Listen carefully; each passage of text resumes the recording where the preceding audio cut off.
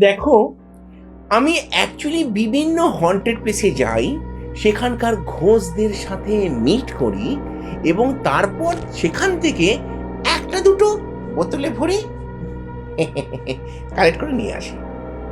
একটা gallery open করছি, ভূত গ্যালারি। বড় অ্যাকোরিয়াম গ্যালারিতে যেরকম চারিদিকে অ্যাকোরিয়াম, তার মধ্যে বিভিন্ন রকমের মাছ থাকে, ঠিক ওই রকম চারিদিকে র্যাক, তার মধ্যে বোতলে বোতলে বিভিন্ন রকমের ভ্যারাইটিস ভূত।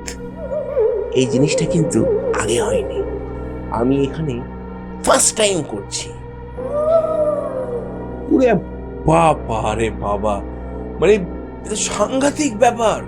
মানে এটা কি মানে আমরা ওখানে গেলেই কি ভ্যারাইটিস রকমের ভূত দেখতে পাবো? না, দেখা যাবে না।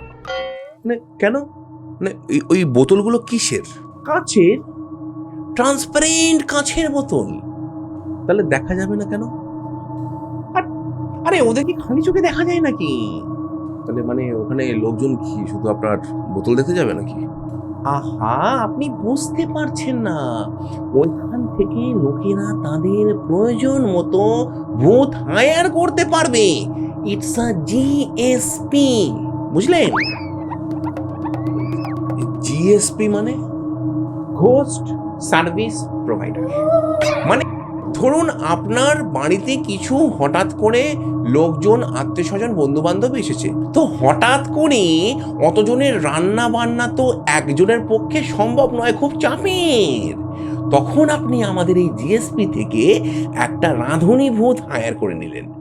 ও 30 মিনিটে সব রান্না করে রেডি করে দেবে, যা অনলাইন ফুড ডেলিভারি থেকেও অনেক কম খরচে হয়ে যাবে। কি বলছেন মশাই? রাঁধুনি ছাড়াও আপনি পেয়ে যাবেন এই ধরে নিন ইলেকট্রিশিয়ান, প্লাম্বার থেকে আরম্ভ করে ধোপা, মুচি, রাজমিস্ত্রি, রং মিস্ত্রি, সব রকম ভূত পেয়ে যাবেন। ব্যাপারটা একটু লার্জ স্কেল ভেবেছি, এই আর কি। অ্যামেজিং।